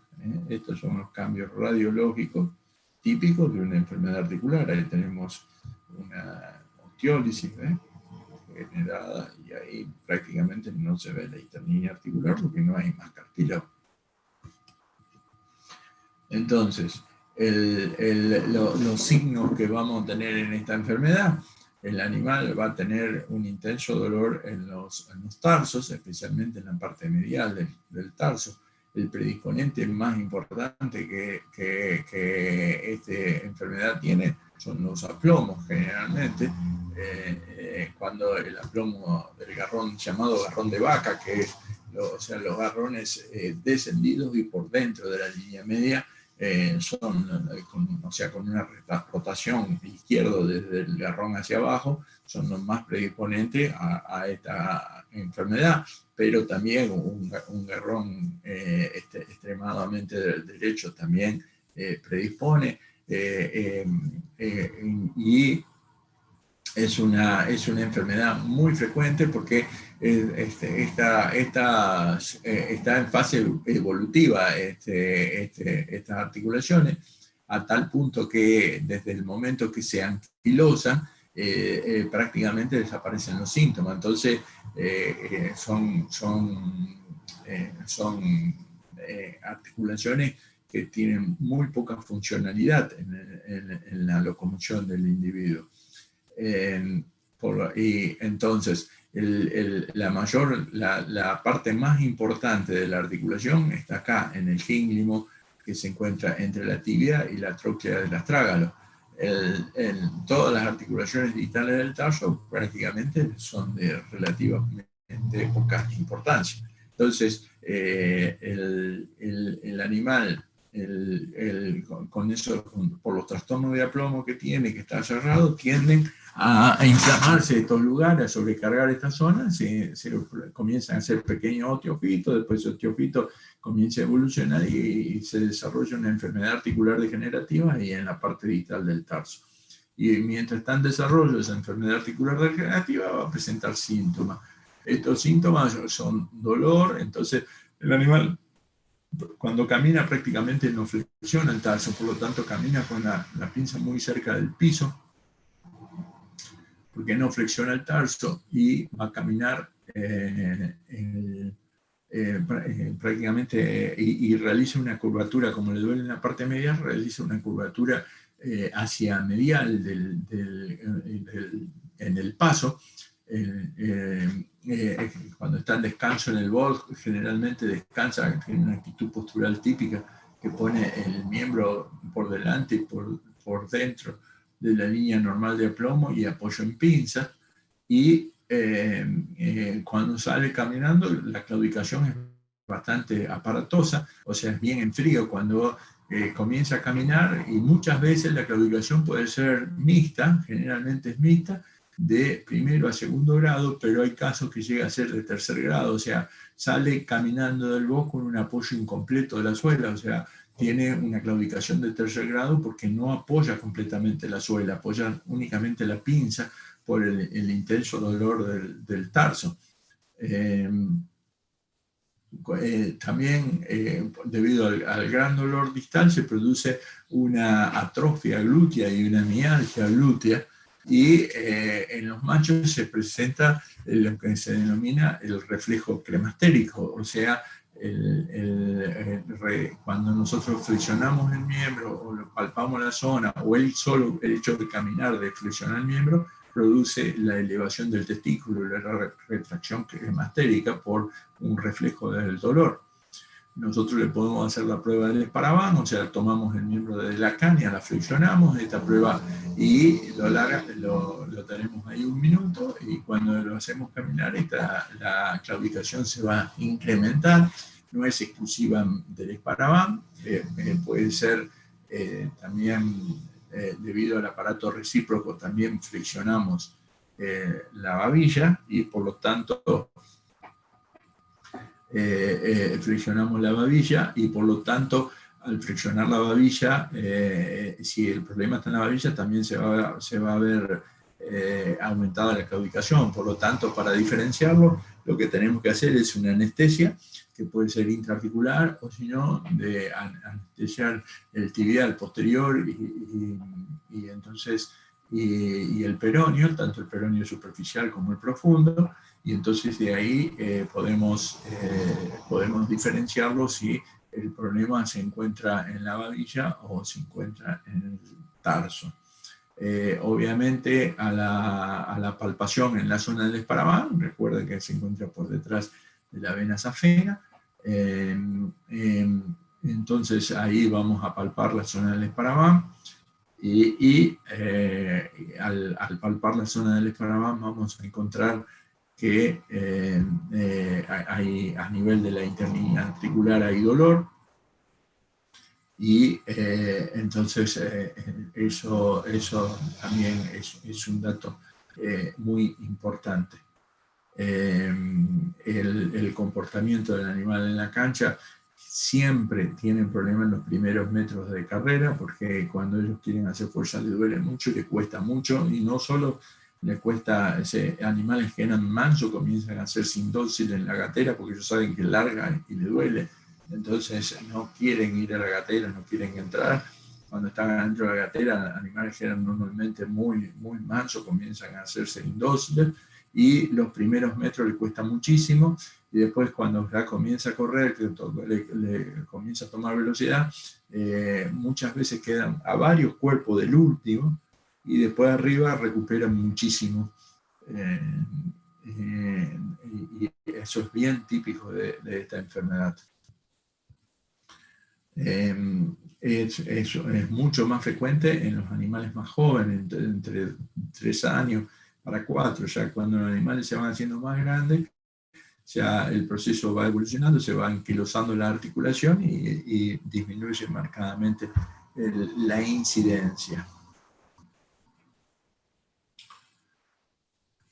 Con respecto al tratamiento, el tratamiento se hace tratamiento médico, ¿no es cierto?, con AINE, se coloca triancinolona con ácido hialurónico, con glitinsulfato, o sea, se trata igual que una enfermedad articular, pero a ciencia cierta lo que nosotros tenemos que hacer es tratar de acelerar el proceso, inducir una anquilosis, y entonces se coloca oleato de sodio o corticoide de depósito en el interior de la articulación para que el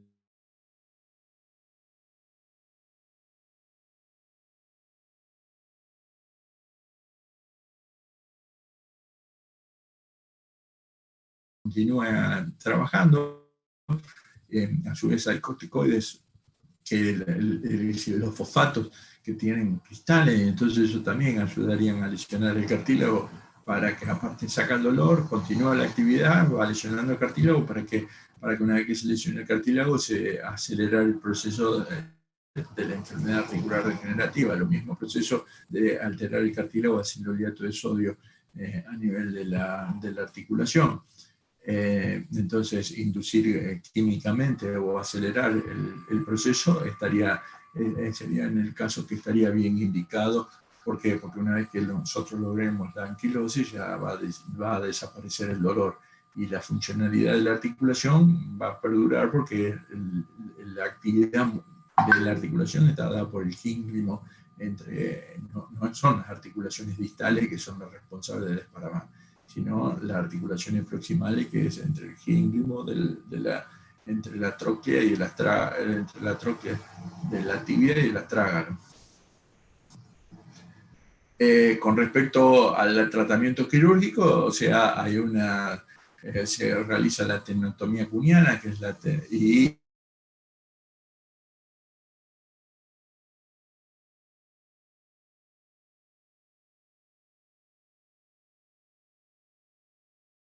más larga, el tibial anterior, que a este nivel se encuentra la bolsa cuniana, y cuando el problema es la inflamación de la bolsa, el corte de este tendón puede ayudarlo. Y entonces se realiza una incisión, se coloca el bisturí y se lo hace generalmente de pie. Con respecto al artrosis, entonces se corta ese tendón y puede estar bien indicado. Hay casos que funcionan bien con esta terapéutica. Y la artrodesis se corta también el tendón, y desde acá, desde el medial, se va entrando con la mecha y se realiza como un abanico para ir rompiendo el cartílago ahí a nivel de la interlínea articular, para que de esa forma acelerar el proceso, y después que quede como aquí. Esta es una radiografía que se le hizo, en el cual literalmente se pega el hueso. Los distintos huesos del carpo desaparecen en las interlíneas articulares, y de esa forma desaparece el dolor.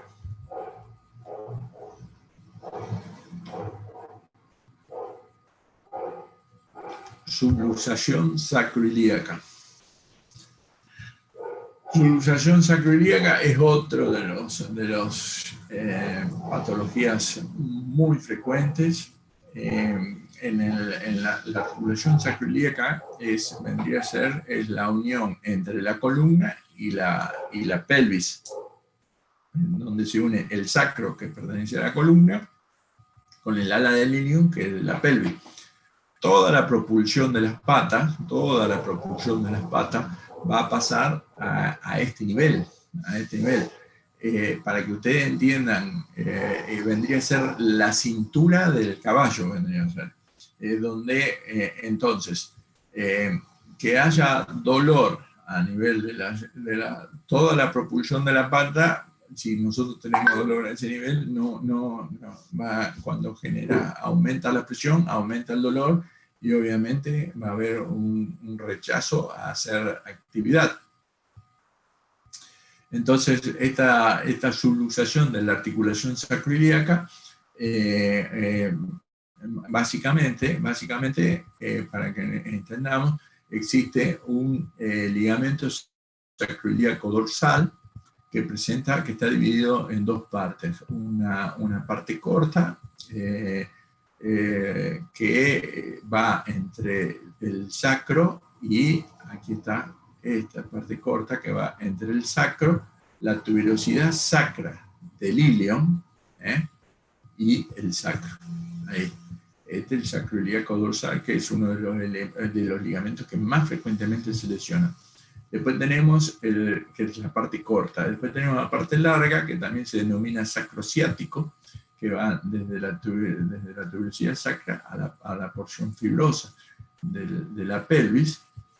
Después tenemos los sacroiliacos interóseos, que van desde el ala del sacro al ala del ilion, y el sacroiliaco ventral, que se encuentra por debajo. O sea, el problema aquí es que literalmente donde está pegado el sacro al ilion, pero a este nivel es toda la propulsión de las patas, es la forma que le pasa hacia la columna vertebral, o sea, la fuerza de las patas pasa a la columna y pasa al tórax, es por acá. Entonces, y esto, si bien parece una anquilosis, tiene movimiento, tiene un determinado movimiento, una determinada flexibilidad ante el esfuerzo, se modifica y tiene una determinada actividad. Pero cuando esa actividad se hace exagerada, produce desplazamiento de las superficies articulares, entonces literalmente se mueve del lugar y produce ruptura de alguno de esos ligamentos o de varios, ¿no es cierto? El más frecuente es la lesión del sacroiliaco dorsal, pero puede romperse el ventral, el interóseo, todo, pues se produce el despegue. ¿Por qué? Porque se produce el desplazamiento por un esfuerzo exagerado, que generalmente se realizan en la carrera, se realizan corriendo, pero también puede ser que corriendo haya golpeado con otro caballo, o puede ser también, yo tuve casos de animales que se bolearon y cayeron y ahí se lesionaron, o estaban enganchados en el box y se asustaron y cortaron la cadena y se fueron para atrás y pegaron contra la pared, o sea, por traumatismo también se da, que es lo menos frecuente. Lo más frecuente es en competencia. Entonces, al romperse los ligamentos, se produce esta asimetría.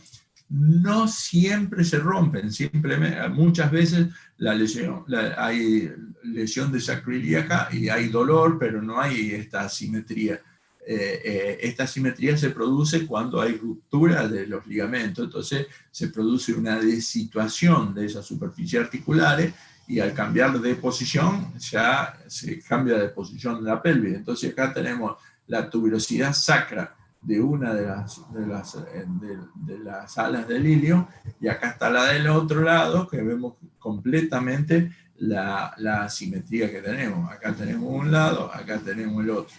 Acá tenemos, que son distintos casos de asimetría por luxación subluxación sacroiliaca.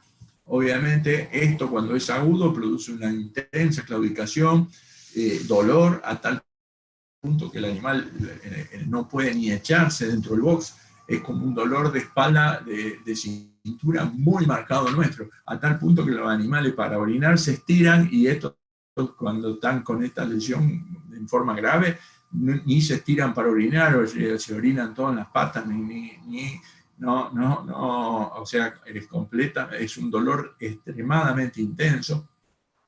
Ya después, a medida que van pasando días, va cediendo, va mejorando, pero el dolor sigue intenso, entonces para caminar y andar, pero produce claudicación, especialmente del lado que está más afectado. puede ser uni o bilateral. La lesión a veces está afectado de los dos lados, muchas veces está afectado de los dos lados. Si nosotros agarramos el miembro y hacemos la abducción, se lo elevamos y se lo separamos, ahí va a aparecer un marcado dolor y va a ser manifiesto. Cuando el caso va evolucionando y comienza nuevamente la actividad física, vamos a ver que esa pata se contractura, cuando hace actividad queda dolorido y le cuesta dar vuelta para el lado ese donde tiene esa pata afectada.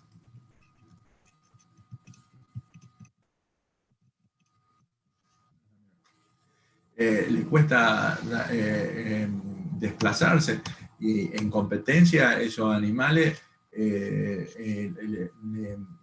para dar vuelta, cuando es el miembro posterior derecho, que es el que va usando cuando realiza el codo, le duele tanto que muchas veces termina contra la verja dando la vuelta.